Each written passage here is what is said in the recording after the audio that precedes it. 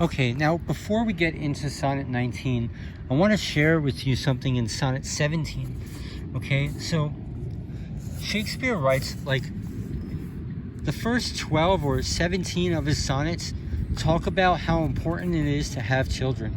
I mean, he writes 17 poems on the same topic. And his first 17, that is not by coincidence. All right, this is Shakespeare here. He's here for a reason. He's Shakespeare for a reason. So, we should be taking his writings very seriously and as the word of God. Okay? So here we are. Sonnet 17, the last of Shakespeare's sonnets, where he encourages the author that having children is the best thing to do.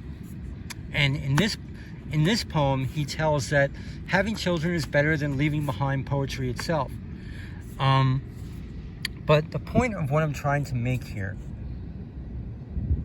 he says this: if I could write the beauty of your eyes, and in fresh numbers number all your graces, the age to come would say this poet lies. Okay? So, all these old writers, all these ancient writers knew that although their works were going to be important in the time to come, but in the last days and even beyond in our kingdom future, they will take on a new meaning. Okay? And that's what Sonnet 17 is about.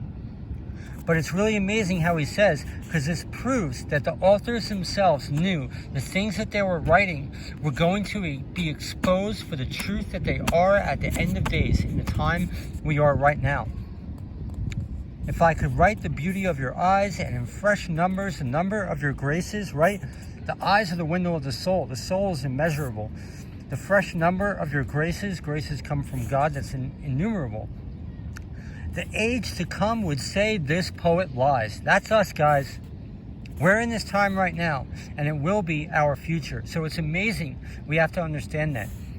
But not to get off point, but the poem ends, but were some child of yours alive that time, you would live twice in it and in my rhyme. So that means, in the world, we rot and die, but in the kingdom, we actually will be able to write the beauty of one's eyes and capture the soul and the number of one's graces. These are vain promises in the world now, because in the age to come they'll say this poet lies, but in the age to come we will have those things. Okay, so just something to understand.